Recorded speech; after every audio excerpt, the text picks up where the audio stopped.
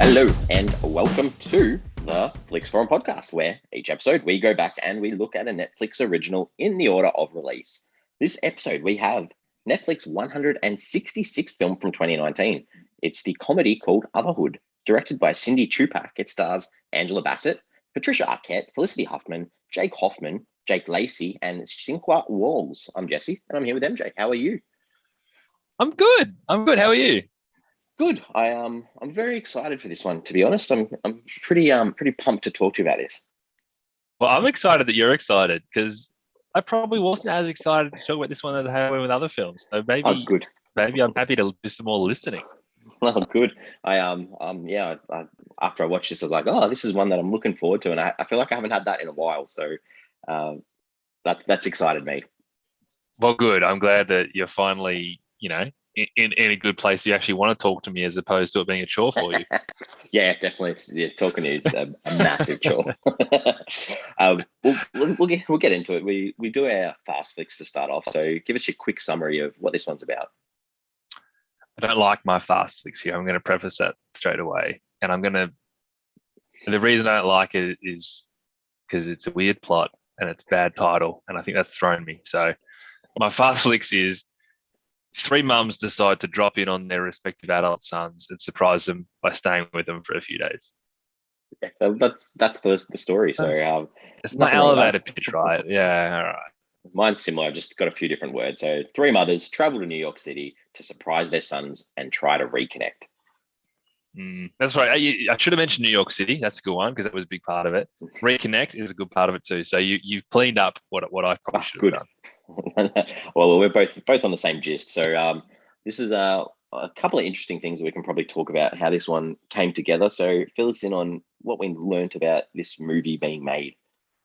Well, before we do, let's just quickly we'll do a spoiler alert because we are going to spoil this film. So if you haven't watched Otherhood and you want to watch Otherhood, watch it, or otherwise we'll ruin it for you. But then you come back and listen to us, and then you can. Jesse's obviously very keen to talk about it, so you can see what he's keen to say. Also, I had a percentage match for this film, which I've had a couple recently. Did you have a percentage match? I sure did. What did you get?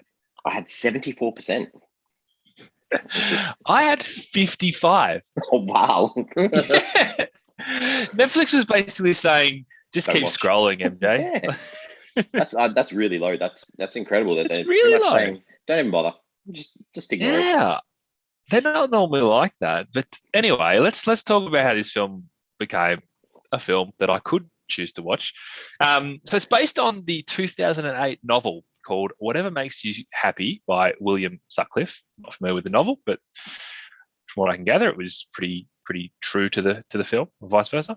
So April 2018, Patricia Arquette, Angela Bassett have joined the cast of this film. Cindy Chupack. I heard you say Cindy Chupack when you were introducing the film, and I'd never actually said it out loud. I've been reading it, and I didn't realize how much it sounds like Tupac. But anyway, we're probably pronouncing it wrong anyway. So she's on board to direct the film. She co-wrote the screenplay with Mark Andrus. From what I can gather, this was all about 5 years in the making, though. So they wanted to make this film. There are a lot of studios at the time that didn't really want to take a punt on a first-time director, and B, on a film that doesn't really have an obvious spot on any major studio's slate, which I can totally understand. And then Netflix eventually came in to solve that problem. They've obviously got a vast catalogue, and there's the fact that Patricia Arquette and Angela Bassett were already linked to the project.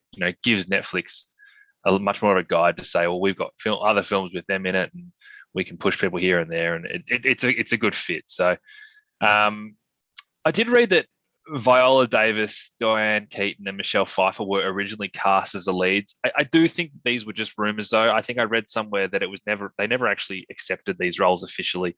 They were kind of the ones that were earmarked for it initially. But yeah, the film itself was produced by Mandalay Pictures as well as Entertainment. And obviously Netflix was on board prior to the principal photography kicking off in June 2018. It was filmed, as you could imagine, in New York City. Had its world premiere at 51 Fest on July 21, 2019. Now, the film was originally scheduled to be released on April 26, 2019, which I believe is around Mother's Day in America. It's meant to be just in time for Mother's Day. Yeah, we have different Mother's Days, I'm assuming. Yeah, that's in Australia. So not too far off. Maybe it is. No, I can't First remember. week of May. Yeah, so it would have Okay, been. so they are similar. Father's Day quite different then? I think so, yeah. Ours is September okay. and theirs is different. Yeah, I think so. In the digital era, it always throws me when you see ads for American brands talking about Father's Day, and I'm like, oh crap, I haven't bought anything for Dad. Anyway, they've had to push back that release because of Felicity Huffman's involvement in the 2019 college admissions bribery scandal. So therefore, the release date was postponed to August 2, 2019. So they didn't really push it back too much anyway.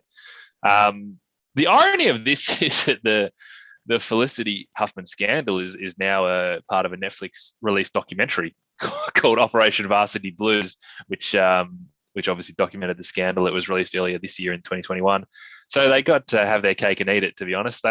It's not a bad doco either if you're interested in giving it a check. I'm familiar with the bones of the story, obviously not the details.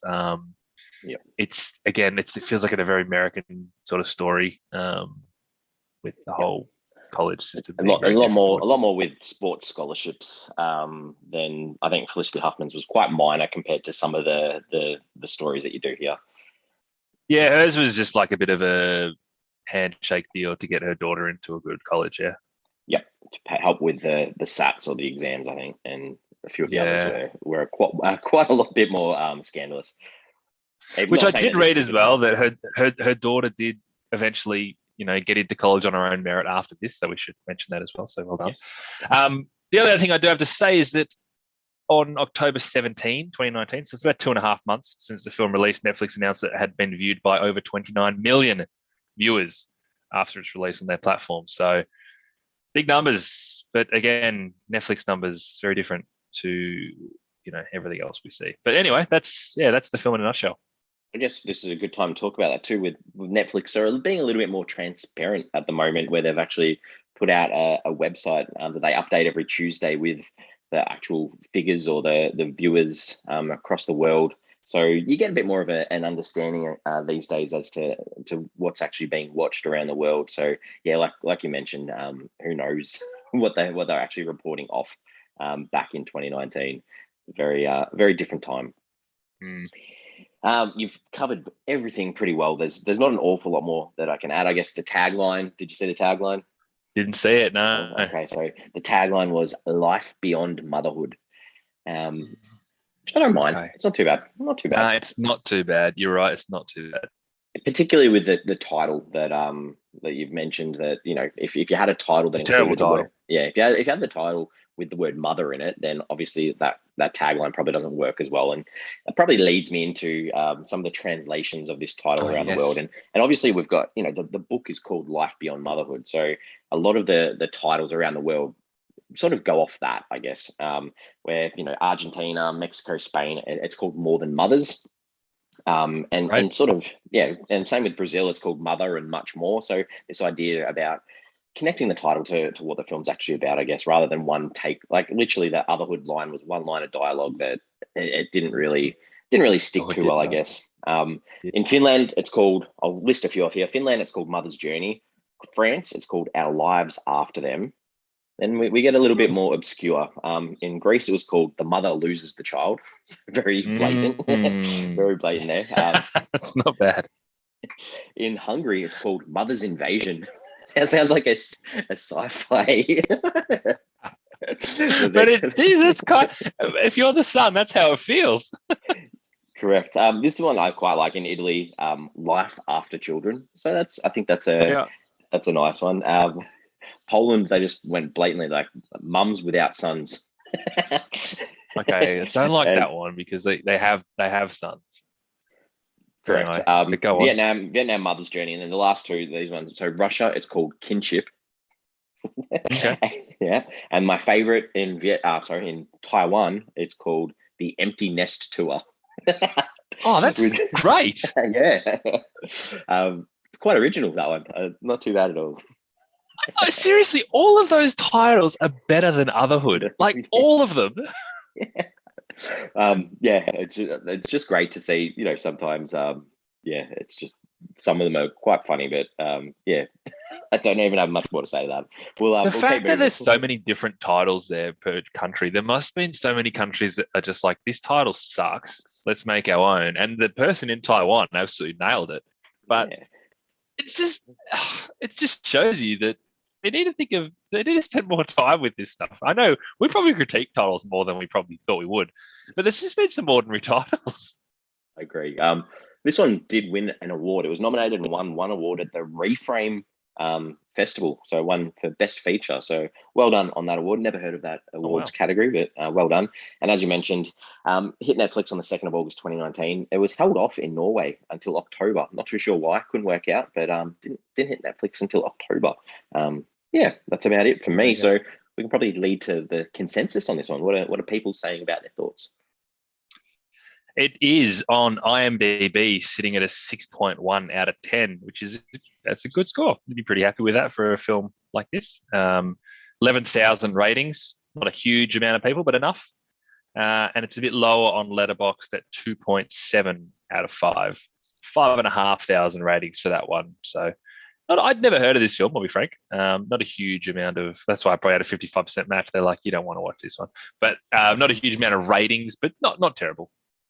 Yeah, a bit more critical on Rotten Tomatoes, sits at 26%. That's rotten on 27 reviews from the critics. And then the audience had it fairly low too on 53% on a bit over 100 reviews. So yeah, not too popular on Rotten Tomatoes. But that takes us to our thoughts. What are your early thoughts on this one? I thought it was similarly difficult to get into. It felt very wooden and very scripted at the start, and then it eventually did settle into itself. I thought there were some really bizarre storylines that just didn't feel right. It's a really questionable plot. Some of the character decisions just like really took me out of the film. And I think it is worth noting as well that the concept to me felt quite foreign. I mean, maybe in a literal sense that it's very much aimed at, middle-aged mums. That's their kind of film. But also, I think it felt very American upper class too, particularly with the college system. These were all sort of like happy suburban families, or not big suburban families with nice houses, with kids in New York in college or finished college, all that kind of stuff. It felt very specific to that sort of demographic. But I have to say, it had some nice happy endings, and once it settled into itself, it was fine. Yeah, I really enjoyed this. I was not expecting that. Yeah, it's by no means perfect. Like, and as you mentioned, there's a few issues, but I really liked the story of following these mothers dealing with, like we spoke about with the title, that empty nest idea. Just some really good performances, and I enjoyed the idea that we've got 3 main leads that shared the story enough that we got to see enough from each of them that it didn't feel like anyone was overtaking the other. And I think that's kind of hard to do at times. So I took away from that was a good experience for me. And I really liked the idea and the themes and what was going on in this. I'm glad to hear that. I'm trying to shift mentally now, because I was expecting the conversation to go a certain way. And especially when you said you're looking forward to talking about it, I'm like, oh, he hated it. No, I thoroughly enjoyed it. Well hidden. Yeah, well, when we look at the characters, I don't know how you're going to break this down. I've almost put like the mother and son together as a coupling, because I just found it a bit easier to talk about the two together, because that's really we don't really see an awful lot about the friendships from the mothers together or the kids together. So go fill us in on what you want to talk about with the characters. Yeah, I think I kind of am too. You're right. They sort of are, one entity, mother and son. But also, I do think we don't really get enough from the sons on their own to do a proper 100%. Deep dive into who they are. But I want to start with Carol, played by Angela Bassett. I was actually really into her story, or as I said, her and Matt's story, Matt being her son. And I'll be honest, it's probably the only one of the 3 that I actually cared about. And as it turns out, it was probably the only one of the three stories that didn't end up having these weirdly specific details about their relationship that just took me out of the film. But regardless of that, I actually, as a character, I liked Carol. I liked her. I liked her natural assumption that she should just sort of leave her son be. She was probably more passive in the idea to go and invade, as we can take from one of those titles from overseas. She didn't really want to go mess with him in the first place, but she also, when she got there, she did recognize that there is something missing in their relationship, and initially she kind of thought there was something missing with him as well. But that initially got her on this journey of trying to help out Matt, as any mother would in this situation, before her realizing that this was kind of her own journey of self-discovery that she needed to be on. And I think there's some really nice things in that story, and some nice lines and some nice scenes that I'll talk about later. But yeah, I was really into Carol and her story. And there's a few issues that I did have that I want to talk about later as well. But generally, that was what kept me engaged. I guess they'd probably be happy in that she gives that voiceover to start and to finish, I guess, as well. So realistically, if you were trying to identify and say whose story do you want to connect with the most, this is probably the one that they're trying to push for the most too. So I think, and I agree, I think that the connection between them is really good, because I like that idea that you have this this idea that the husband and the dad's passed away, and without him there, it's the struggle of the two to relate with each other, because they realistically lived through his world, through what we hear about, and how his firmness ruled both their lives almost, and they don't know how to live as father and as mother and son without him there almost. So that sort of opens up that idea, like you mentioned, of the self-discovery, mainly for Carol through this story. But I do like that discovery through Matt as well, that he doesn't know much about his mother. So that idea of him being focused on his magazine and girls, it's nice to see that turnaround and I guess that arc through the two of them as well. So yeah, I really appreciated that idea that the dad ruled that world, and it's nice to see these two have to acknowledge that and move on. Who have you got next? I've got Gillian, Patricia Arquette's character. So she's kind of like the meddling mother type who needs to learn to trust her son's decision and give him the support that he needs, and back that he hasn't made a wrong decision all the time, and push him into what she thinks he should be doing. But I respect that she's her own person, and she learns her own lessons along the way that aren't necessarily what everyone else is doing, particularly when it comes to her husband cheating on her, and I can respect the way that was handled. But apart from that, she never felt much more than a cliche character. And their relationship kind of felt like train wrecky, but wasn't really train wrecky, but they tried to make it a bit like everything was going really bad. I don't know. I just wasn't that. I never saw much more to the character than, I guess, what was on the surface. Yeah, I think out of the three mothers, she probably got the least screen time and the least amount to work with, and really, like, I agree. I think I've the words I've used to describe her are overbearing and massively opinionated, and especially with anything to do with Daniel's life, not necessarily hers life. So, this idea of her not approving of Erin, his girlfriend, ex-girlfriend, etc. I think she's struggling to see the idea that she doesn't know much about him, like all these mothers do, I guess, is that they're not secretive, but they're sort of shielding themselves from their home when they were kids to where they are now. And like you mentioned, it's really hard to get that appreciation without a bit more further context behind their relationship, rather than just let's put them in a troubled situation. Yeah, that's fair. All right, Helen is next, I guess. What are your thoughts on Helen? Helen Halston, which I didn't realize it was her surname. What was her job, by the way? Like, they kind of touched on her at like The Office, like an interior designer, or it was something like along those lines, I think. Right. Yeah, she looked quite successful. I thought she was similarly stereotypical in the sense that she was kind of the emotionally unstable one, and the one who never really seemed to have a connection with her son at any point prior to this film happening.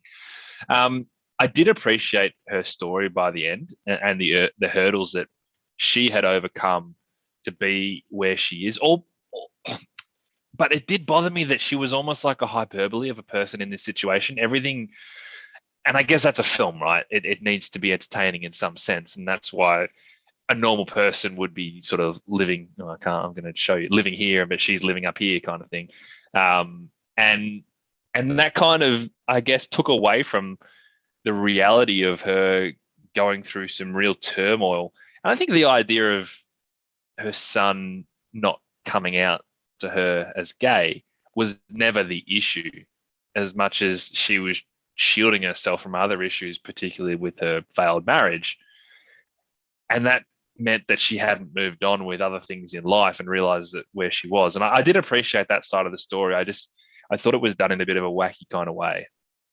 Yeah, you've said a lot of what I would say anyway. And I think that in particular, you can't really have the three of the mums all sort of the same type of casual, relaxed sort of character. So they had to have one that was a bit more extreme or a bit more, reckless with their emotions, because in particular, as you mentioned, the idea of her being super bitter and struggling with her divorce with Paul's dad was sort of that underlying theme of why that connection with Paul hasn't happened, because he obviously confides in his dad more, and this frustrates her more and more because she can't identify or recognize that her focus wasn't necessarily on Paul as he was growing up, and that's led to his insecurities and that idea of abandonment that he's felt because she's too focused on going out, meeting new people, being remarried, and not focusing on her actual son and what his needs were at the time of, obviously as a kid going through a divorce, it's a difficult situation. And I think I've seen this in multiple situations with actual people in real life that, this is a reality for a lot of people. So I'm guessing that Paul probably was a character that a lot of people could connect with quite well. Yeah. And I think the other thing that you kind of didn't touch on is the fact that she did get remarried to a really good dude and didn't see that. And that's because she was and he was so good about the whole thing that she was still caught up in the past, but she still really landed on her feet. It's not like she had to change anything. It was all there in front of her. She just kind of had to change the way she was looking at it. Yes, agree. Are there any other characters that you wanted to talk about? No. Are there any other characters in this film? No, they're all side characters of those sons and mothers, I guess. So yeah, not really. What about the director, Cindy Chupack, that we've probably said wrong 4 times now? Yeah, I apologize if we are wrong there, Cindy. Started off as a TV writer and executive producer on some big shows. So executive producer of Everybody Loves Raymond, I think a real big part of Sex and the City, done a bit of Modern Family too. But she basically has no other directing credits in this. And she talks openly about this being like a directing debut. She got a couple of little credits on IMDb for directing, but I'm sure they're very minor in terms of what she's done with this film. You literally got all 4 things that I had: Sex and the City, Modern Family, Everyone Loves Raymond, and First Feature. So we will move on to the scene. So is there anything in this that you actually liked? Yeah, there was. And look, a lot of it really do come down to Carol and Matt, but I didn't mind the argument between Matt and Carol when it was Carol, wasn't it? Yeah. When they're talking about his father for the first time, and I think there's a line in that where, for his father, failure wasn't an option, and she was kind of like, you need to know you're not a failure. And for him, when he said like, Mum, I know I'm not a failure, you could kind of tell that the issue was more with her and not with him. And she's realizing that she's doing all these things to try and be the mum. And he's like, no, I'm actually okay with this. Maybe you're not. I thought that was a really nice scene for the two of them, and it developed their story really well. I'm going to jump out of chronological order. I'll save my one thing for last just because I'm still talking about the Matt and Carol thing. There was another line, and this is probably my favorite line of the whole movie, is when she, near the end, realizes, she says, you know who you are without me. I need to figure out who I am without you. And I think that's a huge thing for mums in this situation. And that's what they're all, in a sense, coming to terms with. They're like, oh, our kids don't send us flowers Mother's Day. They don't even call us. We need to rekindle that relationship, because they're the ones that are like, my son has moved on, and not that they've moved on, but my son's moved on with their life, and I'm still stuck here being a mum. But you know what? You're more than just a mum, and you need to figure out what that is. And that was a really powerful moment, I think. And again, I'm going to talk in a second about some issues that I have around Carol, because I really liked this character, and I think they ruined it a little bit. And I also love Matt's letter to his mum when he wrote that letter. A little bit cheesy, but it really got me. I was into their story. I really appreciate it. It felt real. It felt like this is the kind of thing that he wanted to do at this time. It was almost like he was the one that realized that she was having some troubles with this, and I need to go into bat for her a little bit, but also need to figure out why I can't answer these questions about my own mother. So that were the things that I really liked.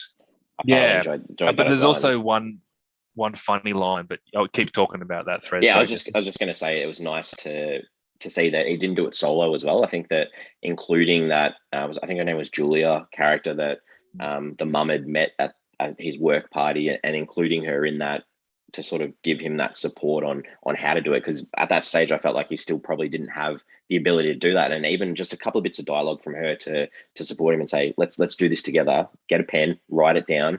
I just thought that was well done. Sorry, keep going. Yeah, it was really nice. The only other thing I wanted to mention that I did genuinely laugh at was when they went into the hotel room and found the mums all hungover, and Felicity Huffman's character stands up and she's not wearing a bra. I just loved it when he's like, "Would you put on a robe?" And she's like, "What do you care? You're gay." And he's like, "I'm gay. I'm not blind."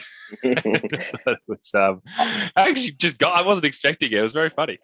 I didn't necessarily like that role reversal of the boys sort of turning on their mums and taking that sort of approach. But I agree. I think that the nipples and even that follow-on comment from the boys, saying, "Oh, I've waited all my life to see those." Like, yeah, you've wanted to see that your whole life. I thought that was great. Very good. All right. I think there's the start for me, like when the mums are in the car together and they're crossing that new bridge to get into New York City, and they sort of ponder, what was wrong with the old bridge, and they talk about sagging. And I just thought it was a nice way to open up that commentary on age and where these ladies are at and what they're considering in their journey to reconnect with their son. So I appreciate it. I know it's pretty blatant and obvious, but I didn't mind it. When Paul is at home and he's coming down the stairs, and obviously his mum's there, and he makes a comment to his partner about, I owe you a blowjob or something, and mum's like, surprise. I had a good laugh at that. I thought that was pretty funny. That was funny. Yeah, you're right. I didn't mind when Carol goes to the hairdresser and they work it out. They say Erin, and she's like, what's your experience like with my texture of hair? I just thought it was a nice way of sort of just introducing Erin and the hairdresser, and I had a bit of a giggle at that too. The last thing I'll put in here is that Gillian having that sit down with Daniel and sort of telling him you need to go and chase Erin, and how she knew that she was leaving, and she's constantly breaking into his apartment, and he sort of makes this comment, did you break into her place too? I thought that was funny as well. Yeah. Good. All right, what are some things you've got some issues with? There's actually only two things. The first thing was when they referenced Otherhood and had that whole scene about talking about what Otherhood was. I thought that was gross. I thought that was so bad. In fact, that whole scene around the table was when I thought this is so wooden and so scripted. And then they brought in Otherhood. I didn't like it at all. If you don't name this film Otherhood, you don't have to have that scene in it. You don't have to worry about that stupid term, and it's done. So whenever they referenced it, because they referenced it again later on, it's like, oh, I'm an other, whatever. I don't know what it was, but it was terrible. So I didn't like that at all. Move on from that one. I also didn't like the scene with Carol at the nightclub. I thought, I don't think it was needed. I think it was very out of character for Carol. It seemed off the trajectory of what she was trying to do.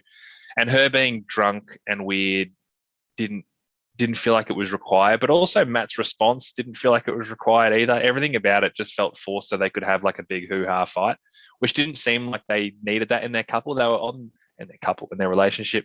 They were on this right trajectory to figuring each other out, and it just felt like very much, by the way, this is a movie, so we need to have something that stands out, and it didn't like it. That's completely fair. I think, there's probably better ways they could have done that. They could have still had an argument at the nightclub, but you probably didn't need her to get drunk. You probably didn't need her to act stupid. And he didn't need to get so mad. He could just be like, what are you doing, Mum? Because that was kind of what they were like. Yep, agree. One for me, the scene at the dinner table with Helen and with Paul and all his friends talking about, him coming out and making that. And I get it. I understand it's a part of her character and what it is about making the moment about her. It just didn't sit right with me at all. And just the over the top response of her sitting there crying and needing to be comforted by Andre, and it just didn't. I don't know. I can totally understand why your son doesn't want to talk to you, because you are ridiculous. And I guess maybe that's what they wanted, but it just didn't sit right. And the only other thing, Carol. This is a Carol scene. Her response when Matt brings that angel model girl home. I just think that was, we haven't seen her sort of act like that prior to that. And it was just like, she's so welcoming, come have dinner. And then when she finds out her age, it's like, well, get out, bang, bang, bang. It was just like, whoa, I was not expecting that. And I don't know, it probably could have been dealt with a little bit better from her, because I didn't think we'd seen her as a character that was like that. She obviously knew straight away that it was like a one-night stand. She wanted to put Matt on the spot and see how long the lie would last. Angel seemed quite nice, apart from the fact that she was underage. That was a shame, but she seemed quite nice. Yeah, good. Okay, well, what are some themes or some ideas in this one that you picked up on? All right, this is what I wanted, been waiting to talk to you about, because the cheating husband storyline became quite a prominent part of the movie, because it almost felt like an off-the-cuff part of the plot, but it has such big ramifications that the more I think about it, the more I can't recognize that it just plays a massive part in all of their character journeys, because I just don't think it should have. In a sense, this story was a little bit how they all dealt with their husbands cheating, and regrettably, it's finding this out that the lights come on for Carol to move on from the passing of her husband, and this really, really bothered me, because Carol's journey of self-discovery and figuring out what life is like on your own, and that's just not without your husband, that's when your son's grown up and moved out, that was the most satisfying part of this film for me.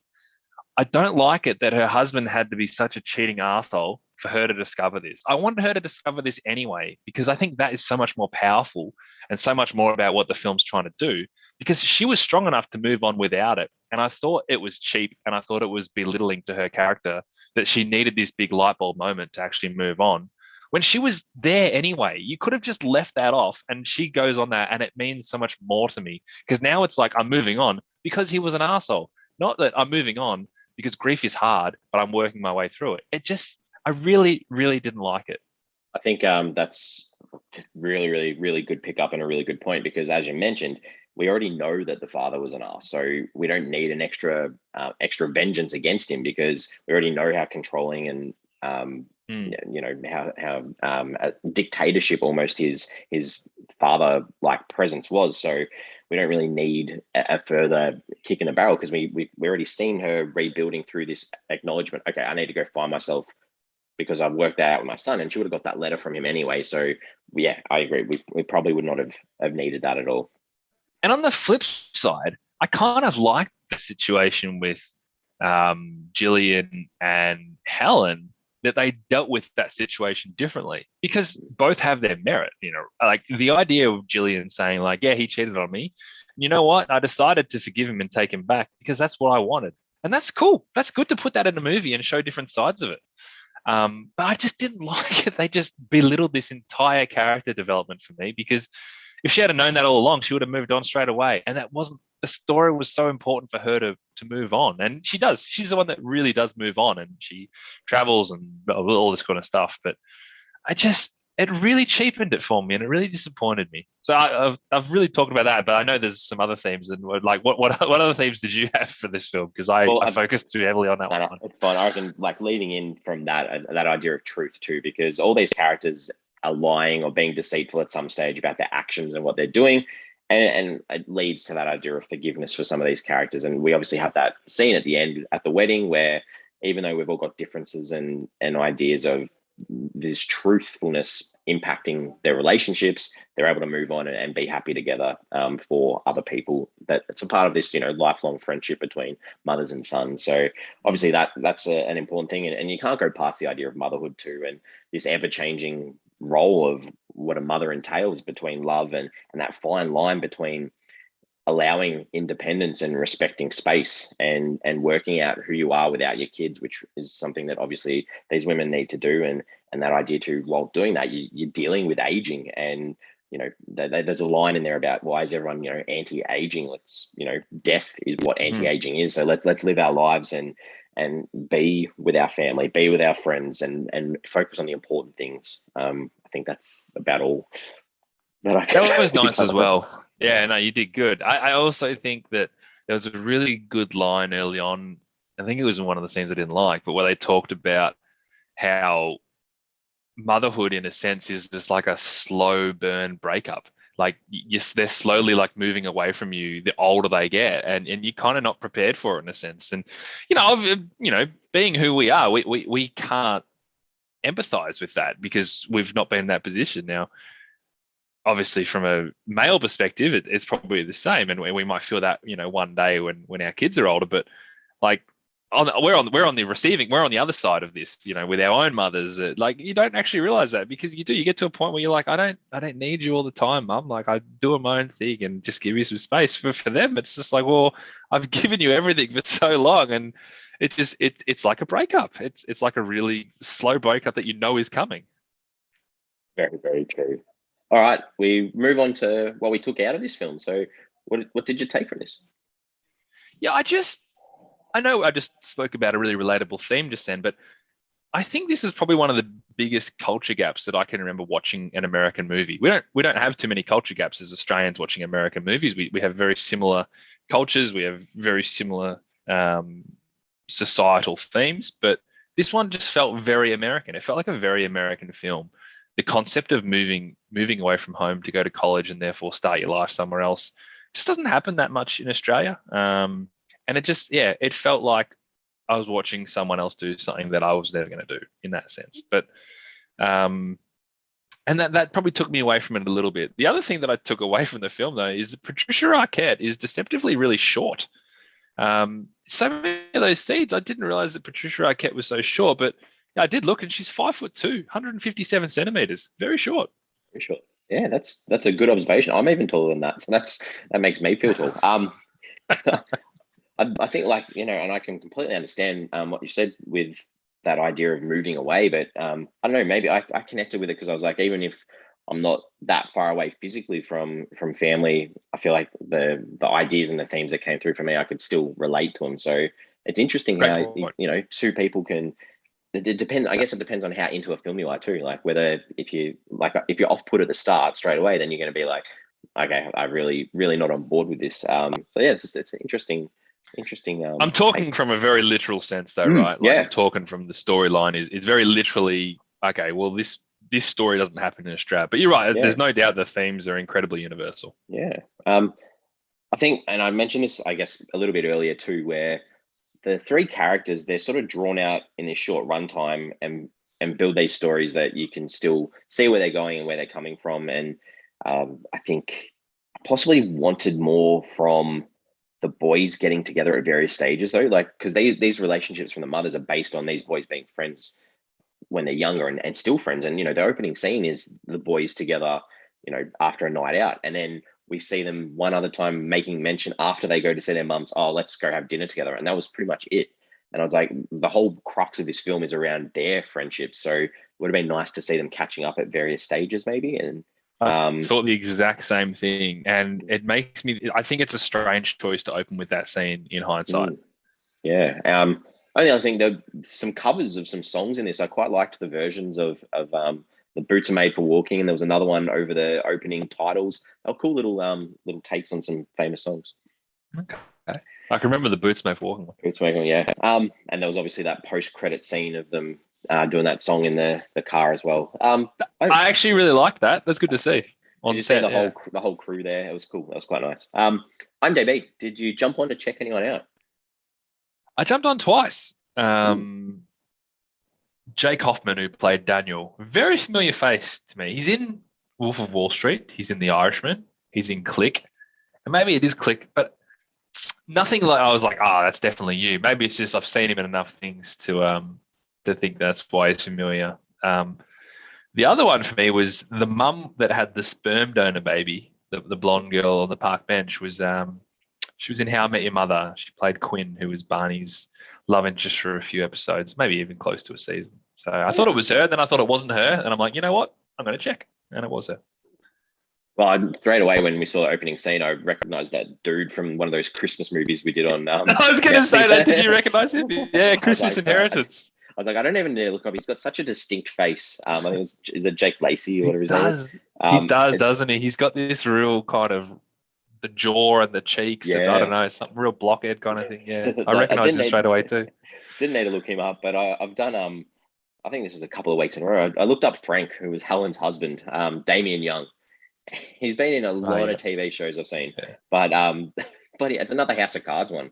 He plays Aidan McCullen in House of Cards. I was like, I keep getting done by House of Cards. He's in lots of stuff though, that guy. Yeah, he's in heaps of stuff. Yeah. All right, well, let's move on. Any questions that you wanted to ask about this one? I do. I don't even know how I want to answer this yet. I'm still sort of formulating an idea behind it. But do you think this movie has a negative portrayal of males?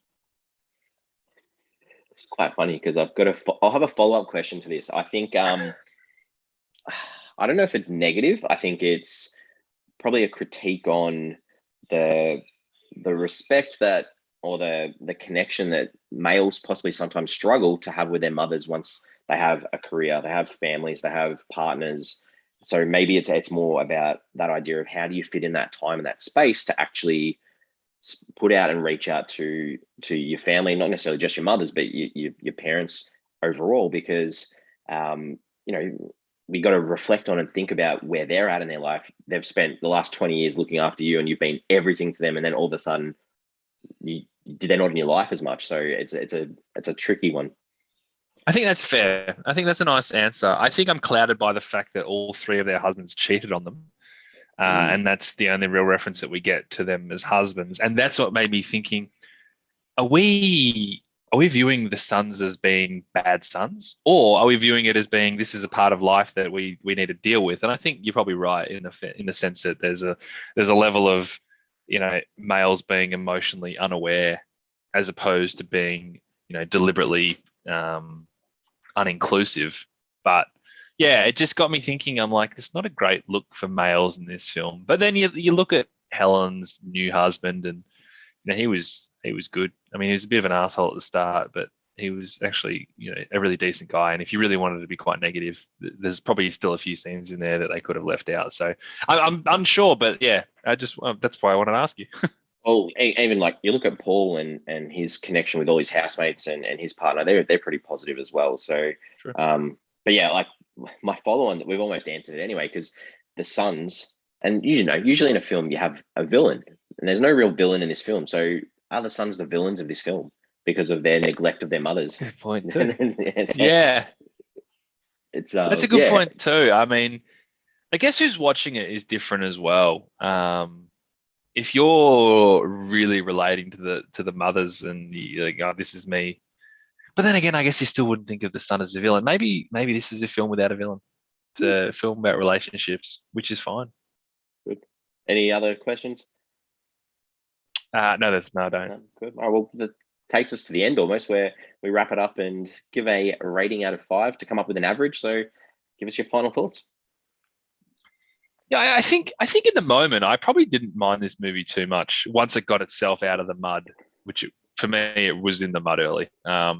And I think its glossy, happy ending made it hard to feel pretty disappointed when it was finished.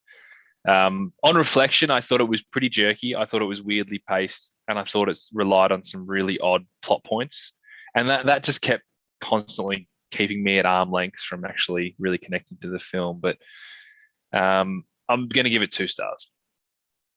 Well, yeah, like I said at the start, I've really enjoyed the discussion because you've sort of, given me some more thoughts on Carol's arc, I guess, and because realistically, I couldn't see an awful lot as to why there's quite a lot of hate about this film. But talking to you and hearing some of those thoughts, I can completely get why people maybe haven't connected with the characters as much as I did, or the story, or the themes. Because realistically, there isn't a more important person in your life than your mother. And I just sort of liked the idea. And bringing it to the attention of the characters and the viewers. And you don't want to miss those opportunities that you could be having with your parents, before it's too late. And that idea of aging and time flying by, and they're gone before you know it. So I'm giving it a 3.5. I don't care. I'm giving it a 3.5. I like this. I did. We're on socials. We got Twitter, we got Facebook, we got Instagram. Give us a follow, give us a like if you can. Just the question was, do you have like a routine, or what do you usually do for Mother's Day? Do you have a family tradition? I wouldn't say tradition, but we would always catch up for a meal, whether it be lunch or dinner. And that's kind of like a non-negotiable, right? Well, yeah, we used to always, when my grandparents were still around, we go to my grandmother's place, and all the cousins and aunties and uncles would come. We always have KFC. That was always like our big thing.